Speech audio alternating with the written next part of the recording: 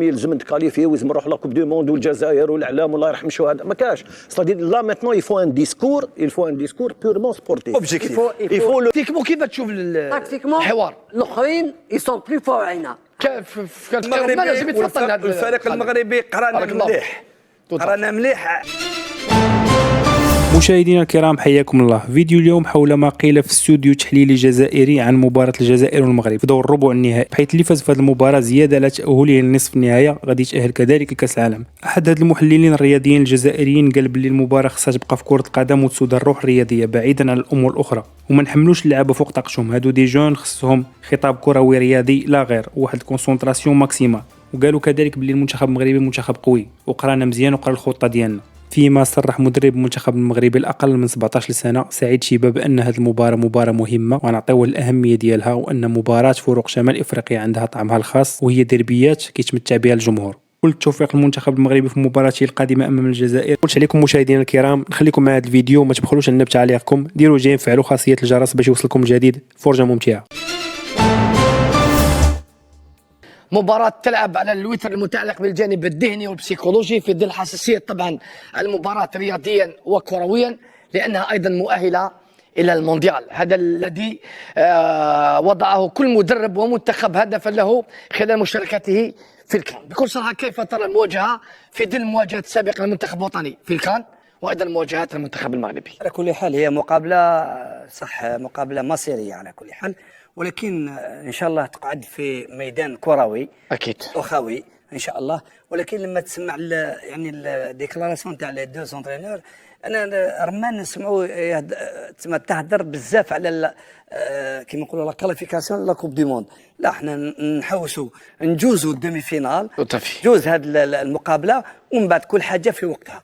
لان انا نقول ان شاء الله يكونوا حضروا ذهنيا احسن، ويكونوا يعني كيش يقول الاخطاء، صحح الاخطاء الدفاعيه اللي كاين عندنا في المنظومه تاع شبان. شاهد نفسي يعني حتى مباراه الكونغو شاهد اهداف كيفاش تلقيناها باخطاء، اخطاء سواء من الحارس، اخطاء سواء من الدفاع اللي ما يغطيش يعني المنطقه.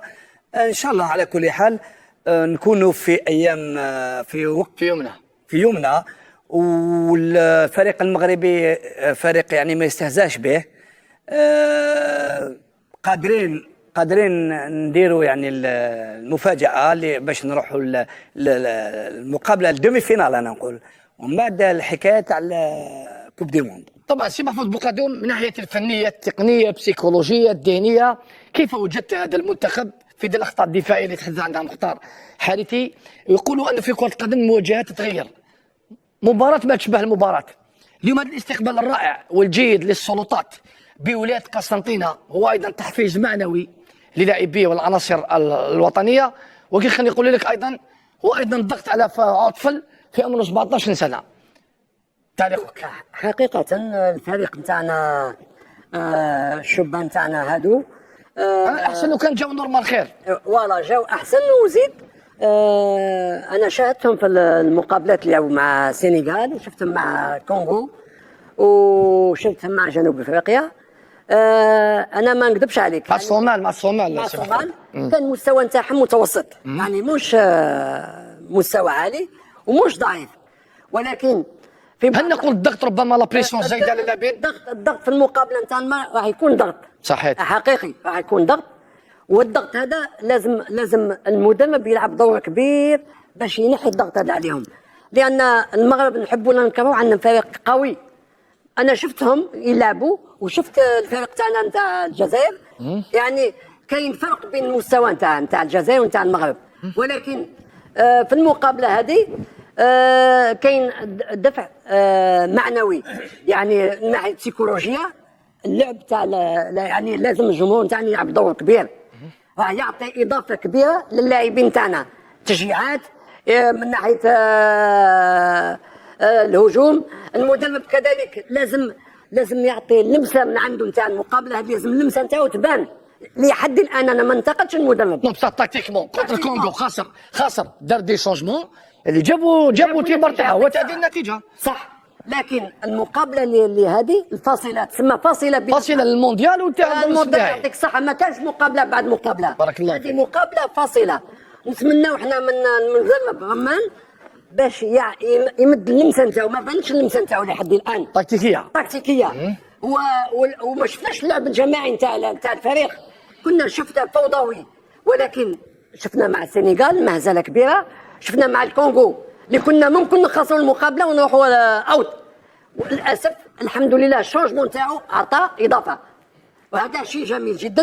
وان شاء الله نتمناو مع المغرب يكون سنعود للمباراة، سنعود الأمور المتعلقة بالأمور التقنية التكتيكية. طبعا ليأتي المباراة. مصطفى وائل الإعلامي والناقد الرياضي، حتى نكون واقعيين موضوعيين طبعا في الطرح.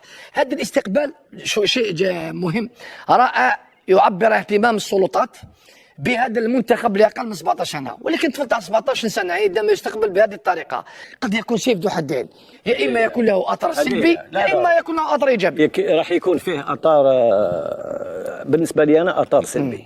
نسمع المدرب رزقي رمان يقول لازم نخدموا من الناحيه الذهنيه. انا نظن لا البدنية ثانية. enfin معليش كمل فكرتك مصطفى، عفوا على المقاطعة. صحيح معليش ما كاش مشكل. انا نقول يعني في المستوى هذا الفريق هذا راح يلعب الدور النصف النهائي، في حاله ما اذا يتاهل راح يتاهل لكاس العالم. نظن كي لحقنا المستوى هذا انا مازال ما فهمتش علاش الفريق هذا ما عندوش دي بسيكولوج داخل في الطاقم الطبي تاع هذه وحده. ثانيا استقبال هدايا، هادو سي دي جون دو موان دو 17 دارين يلعبوا، حتى ولو اللي يلعبوا في الخارج باش نتفاهموا نتكلم عليهم بصفه عامه، دارين يلعبوا على 9 تاع الصباح، كاين زوج قريدات في التريبون. اليوم تجيبوا ويجي دون لانونيما يقلع على 6 تاع الصباح في البرد هذاك وكذا يروح يلعب، يدخل للستاد ما كان حتى واحد، استنى يجي الاربيت استنى كذا، راك تعرف دون كيل كونديسيون يلعبوا 9 دو ماتان، يهبط من الطياره يسيب توت لي زوتوريتي دو لا فيل يدخلوه الاخر. راني نشوف انا بالبندير والطار وكذا منا جوريمي هاد الاخر يندار مور الماتش ماشي دركا، ومن بعد دخل للصالون دونور ومن بعد يلقي عليهم خطاب ان دي ريسبونسابل تاع لا ولايه. هادو سي دي جون يفالي لي بريزيرفي. نجيو دون لانونيمات ديريكت لوتيل كونسونطراسيون توتال الماتش، لازم ندخلهم دون لور بول.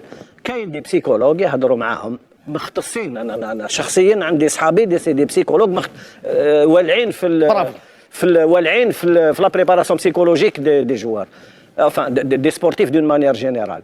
دوكا تدخلهم تقول لهم فوالا غدوه حملاوي راح يكون فيه 45000 ونعرف الديسكور تاعنا. دوك واحد يستدير ما يلزمش نكذبوا على رواحتنا وكذا رايحين تلعبوا ويلزم نجوزوا ويلزم كذا ويلزم يربحوهم، الور كو نورمالمون نو غير المدرب اللي واش يسموهم لي بسيكولوج اللي يتكلموا مع اللاعبين. ان شاء الله بالتوفيق. سي بوكادو مختار حارثي اثار نقطه مهمه، ان بسيكولوج مع المجموعه تلعب امام 40000 سبيكتاتور، الطفل في عمر 17 كما قال مصطفى يلعب على 9 تاع الصباح بسيكولوج اللي هضر بدون حضور جمهور.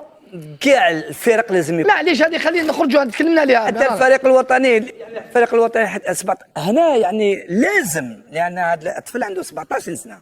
وزين نقول لك انا نتمنى ان شاء الله رزقي رمان يهدي اعصابه ويكون يعني يجي لي ليمونسيون تاعو. لا انا نعرفه يهدي اعصابه ويكون رزين، صح. لان لو كنت شفت الديكلاراسيون تاع المدرب المغربي شيبا يتكلم بهدوء، لا ساجيس لان هذه تمد، يعني لو كان تعرف وتشوف رمان كيفاش يتكلم بحماس، تقول عليه ضغط كبير.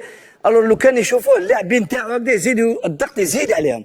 احنا نتمناو ان شاء الله تكون لا شازيس ويكون يعني تفكير. وهذه المقابله تلعب على جزئيات. هو مختار سامحني، هو يعني في المستوى هذا الدراري هاد لي زادوليسون هادو ما يلزمش تقول لهم يلزم تكاليفي ويلزم نروح لا كوب دو موند والجزائر والاعلام والله يرحم الشهداء، ما كاش. سادي لا ميتنون يفو ان ديسكور بيورمون سبورتيف اوبجيكتيف. وليد انت شاهدت المنتخب الجزائري، شفت المنتخب مليح، شاهدت المنتخب المغربي، عندك صح. تكتيكمون كيف تشوف الحوار؟ الاخرين يسون بلو فور علينا. سي لو بلان جو، سي لو بلان اورغانيزاسيون، تنظيم في اللعب، ما من اللاعبين تاعهم احسن من اللاعبين تاعنا. هذه نقول حقيقه. انا شاهدت المغرب وشاهدت الجزائر وتبعتهم مليح، ولكن اليوم المدرب يلعب دور كبير في التنسيق بين انا جاي مختار المدرب رمان لازم يلعب دور كبير في المقابلات. تتكلم على مختار، معليش مختار يتكلم على قوه منافس ويتكلم على اخطاء تاع منتخب وطني، ولو ان كجزائريين لابد ان نكون وراء هذا المنتخب، لابد ان نشجع هذا المنتخب، لابد لا معليش ما نمشي عليك مختار محفوظ الراي والاخر، لكن المباريات تختلف في ماتش ديربي وين بيبليك وين مقابلات كاين لا تكتيك لا تكنيك، كاين اراده، كاين لا بريزونس وكاين لا كونسونطراسيون الى اخر رقم من المباراه. تلعب في لو نيفو وتعرف هذا المستوى دور كبير. بارك الله فيك مع الفريق الوطني. اسمه مختار الكلام تاعو يحدر صح باش ناخذوا المقابله يعني بكل جديه صح. ولكن انا نقول لك المروك ما همش يعني فريمون فور علينا بزاف. انا شفت المقابلات مش الوديه تاع الفريق هذا، شفت مع بوركينا فاسو، شفت مع الجابون، شفت مع الجابون، شفت مع داروا مقابلات رائعين على كل حال. ولا سيما انا شفت في هذه يعني الدوره كان عندهم ضغط زياده، اللاعبين تاعنا كان عندهم ضغط زايد. انا نقول لك كاين خلل، كاين خلل من الجهه اليسرى عندنا. بارك الله فيك. الجهه اليسرى عندنا خلل صحيح، ونأكدها واكدناها في كان بولفار. حتى الكونغو كانوا يلعبوا على الرواق الايسر تاع المنتخب الوطني. انا ما نقولش بولفار، معليش بوندون 90 مينوت هما يلعبوا في هذاك الكلوار. والفريق المغربي قرانا مليح. المباراة ديال ربع النهائي هي مباراة مهمة، مباراة مؤهلة لكأس العالم، غنعطيوها الاهتمام ديالها، غنعطيوها الأهمية ديالها، غنعطيو الخصم الاحترام اللي تيستاهل. أكيد المواجهات دائما ديال فرق شمال إفريقيا عندها طعم خاص، كاين هناك ندية هي ديربيات يعني متعود عليها الجماهير، تيكون فيها يعني نكهة خاصة، تكون عندها حماس خاص. طبعا الفرق يعني تطمح للفوز بهذه المباريات، فاكيد انه مباراه بين دول شمال افريقيا ما تتشبهش مباراه بين فريق مثلا شمال افريقيا ودول جنوب الصحراء. كاين اختلاف كبير وكاين اهتمام كبير في الجانبين الشعبين للمباراه، ولكن يعني تتبقى مباراه في كره القدم على الناس اللي مازال ما مشتركينش معنا في القناه كنتمنى تشتركوا معنا وتفعلوا الزر ديال الجرس باش يوصلكم الجديد، وما تنساوش تشجعونا بلايك.